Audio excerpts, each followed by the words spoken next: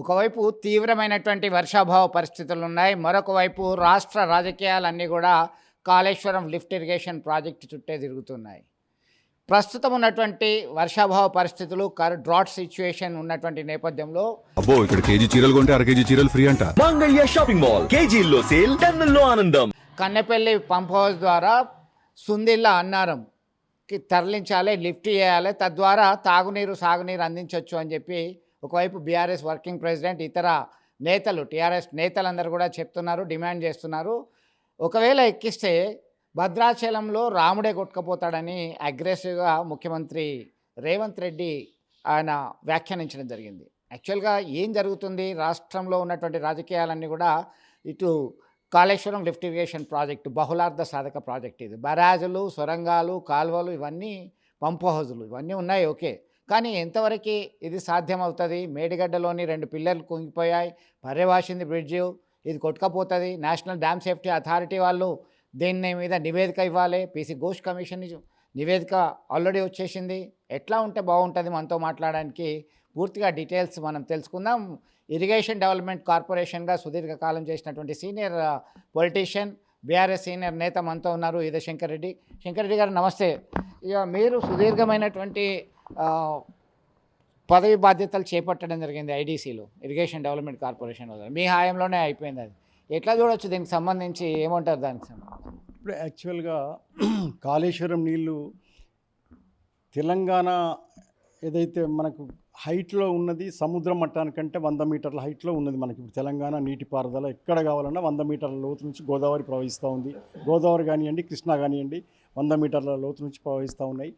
ఎప్పుడు కూడా పంపు లేనిది, లిఫ్ట్ లేనిది, there is no question of water irrigation at Telangana. మరి పరిస్థితి ఏంటంటే, ఈ బహుళార్థక ప్రాజెక్టు గురించి నాకు తెలిసి రేవంత్ రెడ్డి గారికి తెలియక చేస్తుండని మాత్రం అనుకోవట్లేదు. ఈ ఉత్తమ్ కుమార్ రెడ్డి గారి మాత్రం ఉత్తర ప్రగల్భాలు ఉన్నాయని నేను ఇది చేస్తా అని. యాక్చువల్గా ఇది మల్టిపుల్ ప్రాజెక్ట్ అంటే దెర్ ఈస్ ద ఛాన్స్. ఇప్పుడు మనకు ఎక్కడికెళ్ళి అయితే పరాణహితకెళ్ళి వచ్చేటువంటి వాటర్ మొన్న 93.5 మీటర్స్ అబోవ్ వాటర్ వచ్చింది, అంటే 95 మీటర్స్ హైట్కి వచ్చింది. 95 మీటర్స్ అంటే ఆల్మోస్ట్ మీకు 70 నుంచి 80 వేల క్యూసెక్స్ క్రాస్ అయ్యి పోతూ ఉన్నాయి. 90 వేల క్యూసెక్స్ కూడా పోయినాయి ఒకరోజు. అవి కూడా ఒకరోజు ఎట్లా పోయినాయి అంటే, మహారాష్ట్రలో ఉన్నటువంటి ప్రాజెక్ట్స్ అన్నింటినీ కూడా ఓవర్ఫ్లో అయ్యి వాళ్ళు షట్టర్స్ తీస్తే, ఓపెన్ చేస్తే ప్రణాహితలో ఎక్కువ వచ్చింది. ఆ 3 డేస్ వచ్చినాయి.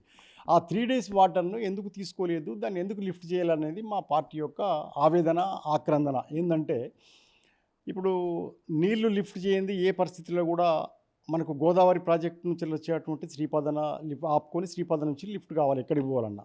ఆల్టర్నేటివ్ అది main heart of the project.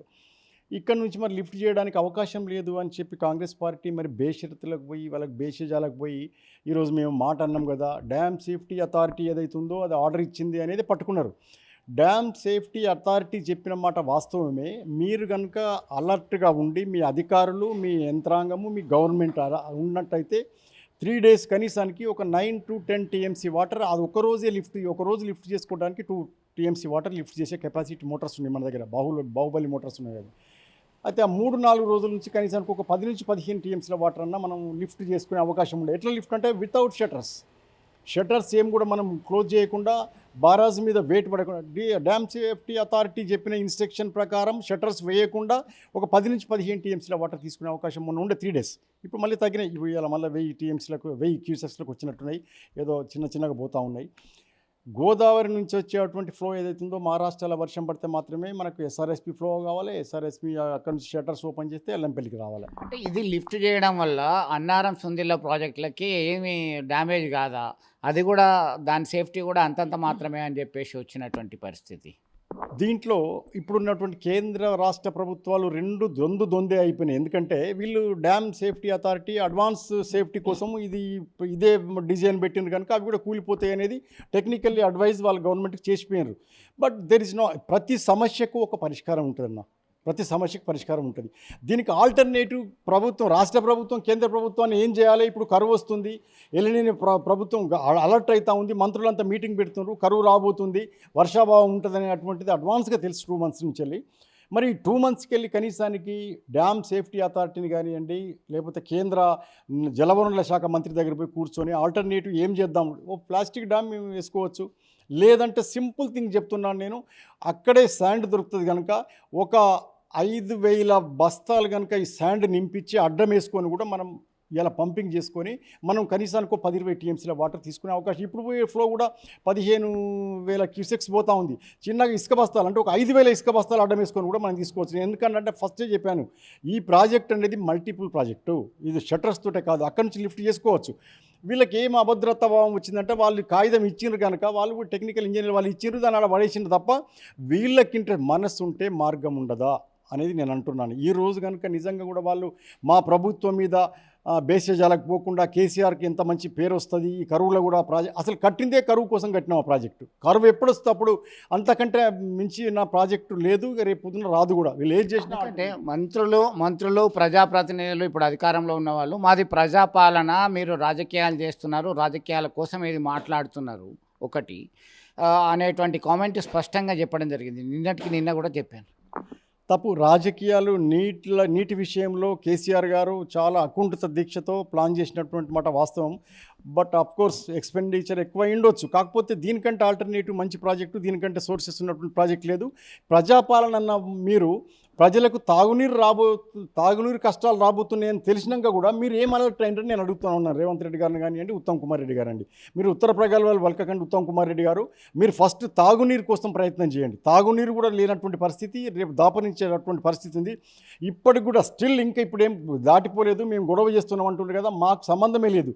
మీరు ప్రాజెక్టులో మాకు ఎవ్వరికి అవసరం లేదు. కరీంనగర్లో స్వచ్ఛంద సంస్థ ప్రెస్నో లేకపోతే స్వచ్ఛంద సంస్థలను పెట్టేసి ఒక 5,000 ఇసుక బస్తాలు అడ్డం వేసినట్టయితే ఇప్పుడు వచ్చేటువంటి ఫ్లో ఏదైతుందో 15,000 క్యూసెక్స్ వాటరు, రోజుకు ఒక 1 to 1.5 టీఎంసీ వాటర్ సింపుల్గా ఎత్తి మనం చక్కగా దీనిలో శ్రీపాదల పోసుకొని లిఫ్ట్ చేసుకునే అవకాశం ఉంది. కనీసాన్ని మిడ్ మ్యానర్ ఎల్ఎండి నిండినా కూడా ఒక 5-6 డిస్ట్రిక్ట్ వాటర్ డ్రింకింగ్ వాటర్ వచ్చే పరిస్థితి ఉన్నది. ఇవాళ కూడా టుడే కూడా 15,000 నుంచి 16,000 క్యూసెక్స్ పోతున్నాయి కనుక బేషజార్లకు పోకండి. మీరు కేంద్ర ప్రభుత్వం అవసరమైతే పోండి, దీని మీద స్పెషల్గా ఒక టీం పోండి, ఇక్కడికి వెళ్ళి పోండి. మీకు కాకపోతే అపోజిషన్ లీడర్ని తీసుకొని పోండి. బీజేపీ ప్రభుత్వం ఉంది అక్కడ వెలుబాటులో, ఆ ప్రభుత్వాన్ని నిలదీసుకొని మనం జలవనరుల శాఖ దగ్గర అర్జెంటుగా ఎమర్జెన్సీ మీటింగ్ కాల్ఫర్ చేసి ఆఫీసర్లను తీసుకొని పోండి. లేదంటే ఇంకెవరన్నా స్వచ్ఛంద సంస్థ వాళ్ళని తోలండి, మేము ప్రెస్ను పంపండి, వాళ్ళకి ఏందో అర్థమైపోతుంది పరిస్థితి ఏందో, డెఫినెట్గా తీసుకునే అవకాశం ఉంది. అయితే అప్పుడు ఏ ప్లాన్తో మీరు ఆ బహుళార్థ project Kaleshwaram lift irrigation project ఎత్తిపోతల పథకంతో ముందుకు రావడం జరిగింది? ఎన్ని హెక్టార్లకి సాగునీరు అందిద్దాం అనుకున్నారు? ఎంతమందికి ప్రజలకి తాగునీరు అందించే ప్లాన్తో ఇది పెట్టారు? అంటే గతంలో ఉన్నదాన్ని స్టెబిలైజేషన్ చేసుకుంటూ ప్రతి కాన్స్టిట్యుయెన్సీకి 1,00,000 ఎకరాల సాగునీరు ఇవ్వాలనేటువంటిది మా ఆలోచన. అంటే తెలంగాణలో ఉన్నటువంటి 117 కాన్స్టిట్యుయెన్సీలల్లో అన్ని గోదావరి, కృష్ణ, అదేవిధంగా ఇంకా చిన్న చిన్న ప్రాజెక్ట్స్ ఉన్నాయి మనకి, ఇదివరకు కన్స్ట్రక్షన్ చేసినవి, ఇవన్నీ కలిపి ప్రతి నియోజకవర్గంలో 1,00,000 ఎకరాలకు నీళ్లు ఇవ్వాలనేటువంటిది ఒక మంచి ఆలోచన కేసీఆర్ గారిది. వారు దానికి తగ్గట్టుగా ఒక అకుంఠిత దీక్షతో ఆ ప్లాన్ చేయడం జరిగింది. ఈరోజు ఆ కరువు వచ్చింది, ఈ పేరు వస్తుంది అనే దాన్ని తప్ప వేరే కానే కాదనేది నేను మాత్రం నీకు ఖచ్చితంగా చెప్తా ఉన్నాను. ఒకవేళ నీకు ప్రజాపాలన, ప్రజల మీద ప్రేమ ఉన్నట్టయితే చలో రేపు పొద్దున మీరు పోయి ఇమీడియట్గా కేంద్ర ప్రభుత్వం దగ్గర మీరు ఒక టీముని తీసుకొని పోండి, ప్రతిపక్షాలందరినీ కలుపుకొని తీసుకొని పోండి. అక్కడ ప్రతిపక్షాలన్నింటినీ వీళ్ళ బీజేపీ కూడా, అసలు బీజేపీ కాంగ్రెస్ కలిసి ఈ టీఆర్ఎస్ పార్టీని పాత్ర పెట్టాలి, వీళ్ళకి పేరు వస్తుందనేటువంటి ఒక దుర్మార్గమైన ఆలోచనతో ప్రాజెక్ట్ పెండింగ్ పెట్టారు తప్ప ఇవ్వాలటికి పోయినా జలవనరుల శాఖ దగ్గర కూర్చున్నా, అధికారుల దగ్గర కూర్చున్నా టెంపరీ రిలీఫ్ కోసం మనం ప్లాస్టిక్ డ్యామ్ వేసుకోవడానికి కూడా టైం ఉన్నది. అది 30 days టైం ఇచ్చినా, 20 days టైం ఇచ్చినా కూడా ఇప్పటికి కూడా వర్షాలు వస్తాయి, ఆ వర్ష నీళ్ళు కూడా నింపుకునే అవకాశం ఉంది. కనుక దీని మీద తాత్సారం చేయకుండా, బేచర్యాలకు పోకుండా మీరు ఇమ్మీడియట్గా వాటర్ లిఫ్ట్ చేయడానికి ప్రయత్నం చేయండి అనేది నా సూచన. డ్యామ్ సేఫ్టీకి ఏం ముప్పు ఉండదంటారా ఇట్లా చేస్తే? డ్యామ్ సేఫ్టీ ఇంకొకటి, దాని భూతద్దంలో పెట్టి భద్రాచలం కొట్టుకుపోతుంది అనేటువంటి మాట కూడా గౌరవనీయులు ముఖ్యమంత్రి గారు మాట్లాడారు. భద్రాచలం కొట్టుకుపోవడానికి నీకున్న స్టోరేజ్ ఎంతమ్మా? నీకు ఇవాళ ఒక ఫస్ట్ బ్యారేజ్ ఇప్పుడు మనం మేడిగడ్డ ఏదైతుందో దానిలో 19 టీఎంసీల వాటర్ ఉంటుంది, ఇంకొక దానిలో 6 టీఎంసీలు, ఇంకో దానిలో 3 టీఎంసీలు. ఈ 6, 3, 9 ఇవన్నీ కలిస్తే అంత 30 టీఎంసీల వాటరు ఇంత పెద్ద 1 కిలోమీటర్ ఇక్కడ విడుతులో ఉన్నటువంటి దాంట్లో ఒకేసారి 30 టీఎంసీల వాటర్ వదిలినా కూడా క్యారింగ్ చేసి తీసుకునేంత కెపాసిటీ గల నదీ తీవ్రం ఉంది నది. ఆ నదిలో ఈ 30 టీఎంసీలు ఒకేసారి బ్యారేజ్ తెగినా కూడా భద్రాచలం అనేది మునగద్దు. అది అబద్ధం, అది వట్టి మాట. డ్యామ్ సేఫ్టీ అథారిటీ వాళ్ళు ఎవడెందుకు రిస్క్ తీసుకోవాలి, చేతులు ఎందుకు కాల్చుకోవాలని అధికారులు కాగితం మీద రాసిపోయినారు. ఇది సేఫ్ కాదు, డిజైన్ సేమ్ కాబట్టి మాకు డౌట్ ఉంది అని రాసినారు తప్ప వాస్తవంగా తెగిపోద్దనలే. వాళ్ళు భద్రత కోసం చెప్పినారు. భద్రత అట్లా ఉంచండి. ఇప్పుడు మనం టెంపరీగా రిలీఫ్ కోసం కూడా నీళ్ళు తీసుకునే అవకాశం మల్టిపుల్ ప్రాజెక్ట్ అని చెప్తున్నాం కదా, మీరు దాని మీద ఎందుకు కాన్సన్ట్రేషన్ చేస్తలేదు అనేది నేను అడుగుతా ఉన్నాను వాళ్ళని. ఇప్పుడు ఏదైతే కుంగిపోయిన పిల్లర్లు 2 ఉన్నాయో ఆ పియర్స్ను మళ్ళీ రీకన్స్ట్రక్షన్ చేయొచ్చా, రిపేర్ చేసే అవకాశం ఉందా అనేది ఒకటి. డెఫినెట్గా ఆ 3 పిల్లర్లు ఏవైతే కూలినవి ఉన్నాయో అవి చేయొచ్చు. బొంగలు పడ్డాయి అన్నాం ఇప్పుడు ఇంకొక డ్యామ్లో. మాకు ఇంకొకటి ఏంటంటే కేసీఆర్ గారి ఆపేక్ష, నిజంగా కూడా ఒకటి ఆపేక్ష అని వచ్చిన కేసీఆర్ గారిది. నేను దాంట్లో ఉన్నట్టుగా స్ట్రేట్ ఫార్వర్డ్గా మాట్లాడతాను. వట్టి బ్యారేజెస్ కట్టి మనం 3 టీఎంసీలు 2 టీఎంసీలు మోటార్ లిఫ్ట్ చేసుకునేంతమంది వాటర్ లెవెల్ పెంచితే కూడా ఏం లాభం ఉంటుంది? ఒక గుంట పోదు, గుంట భూమి పోకుండా, ఒక గుడిసె పోకుండా 30 టీఎంసీల నీళ్ళు నదిల్ని ఆపే అటువంటి ప్లాన్ చేసిండు ఆయన.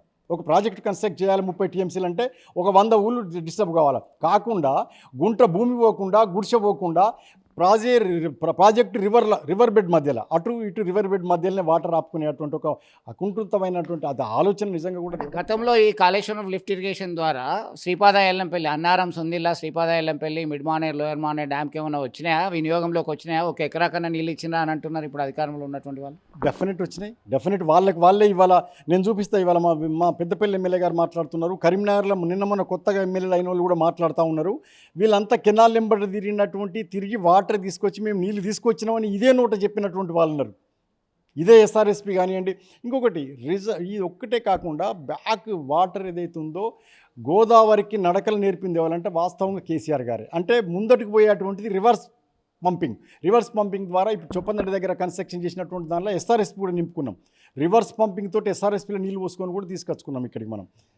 అదేవిధంగా ఇలా కాకతీయ కెనాల్ అనుకోండి, ఎస్ఆర్ఎస్పి DIT-6 అనుకోండి, DIT-4 అనుకోండి, ఇవన్నిటికి కూడా నీళ్లు మేమే తీసుకొచ్చినామని చెప్పి పేపర్లలో అపోజిషన్లో అప్పుడు ఎమ్మెల్యేలు లేరు వీళ్ళు. మా ప్రభుత్వం ఉన్నప్పుడు మా ప్రభుత్వం పట్టించుకోకపోతే మేము నీళ్ళు తీసుకొచ్చినాం, కాళేశ్వరం గట్టి ఏం లాభం, నీళ్ళు రాలేదు, ఇవాళ మేము వెంబడిపోతే వచ్చినాయని చెప్పి వాళ్ళ నోటనే నీళ్ళు తీసుకొచ్చినామని చెప్పిన వాళ్ళు ఉన్నారే.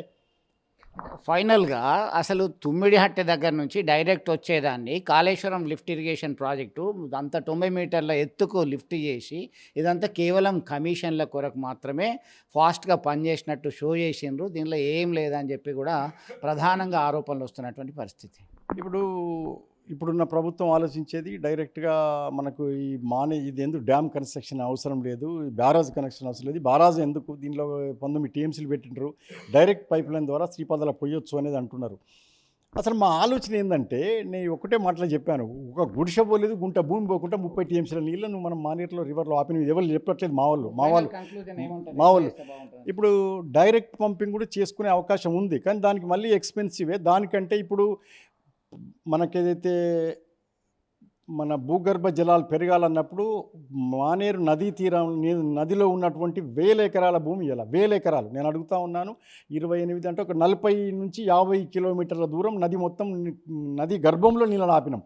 గుడిసె పోలే, గుంట భూమి పోలేదు మాకు. అది చూడండి, ఆ వాటర్ అంతా కూడా గ్రౌండ్ వాటర్ సీపేజ్ అవుతుంది. సీపేజ్ అయినప్పుడు గ్రౌండ్ వాటర్ పెరుగుతుంది కదా, వీళ్ళు డైరెక్ట్ పైప్ లైన్ వేసుకొని మోటార్ ఆన్ చేసుకొని పోయి దాన్ని తీసుకొని పోయి దానికంటే ఇట్లా లాభం ఎక్కువైతుంది అన్నటువంటి ఒక నిష్కలంకమైనటువంటి మంచి ఆలోచనతోటి ప్రవేశపెట్టినటువంటి ప్రాజెక్టు. ఇప్పుడు ఈ ప్రాజెక్టు ఆల్టర్నేటివ్ మనం ఈ బ్యారాజెస్ నింపకుండా ఫ్లోకు అడ్డం మనం శాండ్ బ్యాగ్స్ వేసి కూడా తీసుకుపోవచ్చు, ఆ బ్యారేజ్ మీద వెయిట్ పడకుండా.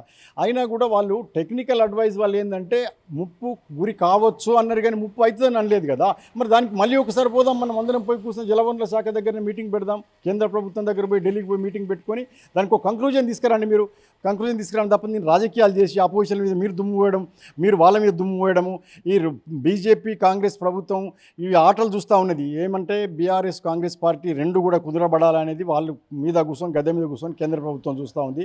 కానీ దీంట్లో తీవ్ర నష్టం జరుగుతుంది. రైతులు ఆత్మహత్యలు చేసుకునే పరిస్థితి. ఆనాడు ఏదైతే రైతుల ఆత్మహత్య రద్దు, నీరు నిధుల కోసం కొట్లాడినామో మళ్ళీ ఆ పరిస్థితి రాబోతుంది కనుక బీ అలర్ట్ అని చెప్పి ముఖ్యమంత్రి గారికి, అదేవిధంగా నీటి వనరుల శాఖ మంత్రి ఈ బాతాలన్నీ ఒట్లు బంద్ చేసి ఉత్తమ్ కుమార్ రెడ్డి గారికి ఆ ఉత్తర ప్రగల్భాలన్నీ బంద్ చేసి మొదలు నీళ్ళు తెచ్చడానికి మీరు అందరూ ఒక అపోజిషన్ డెలిగేట్ని తీసుకొని పోండి, ఢిల్లీలో మీటింగ్ పెట్టండి.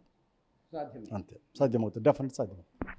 ఎస్, ఆరోపణలు ప్రత్యారోపణలు పక్కన పెట్టి సాధ్యాసాధ్యాలు ఎలా ఉంటాయనేది ఢిల్లీలో నేషనల్ డ్యామ్ సేఫ్టీ అథారిటీ వాళ్ళు మాకెందుకు ఈ గొడవ అన్నట్టు ఇది కావచ్చేమో అని చెప్పి రాశారు. దాన్నే పట్టుకొని రాజకీయాలు వాళ్ళు చేస్తున్నారు. ఖచ్చితంగా ఇప్పటికైనా కానీ ఒక ఆల్ పార్టీ లీడర్స్తోని డెలిగేషన్ ఢిల్లీకి తీసుకెళ్ళి ఖచ్చితంగా చర్యలు తీసుకోవచ్చు. తాగునీరు సాగునీరు అందించే అవకాశం ఇప్పటికీ ఉంది. దీన్ని నెగ్లెక్ట్ చేయొద్దు అని చెప్పి సూచిస్తున్నటువంటి పరిస్థితి. వీడియో జర్నలిస్ట్ సుమంత్తో కలిసి చంద్రశేఖర్, RTV, కరీంనగర్ నుంచి.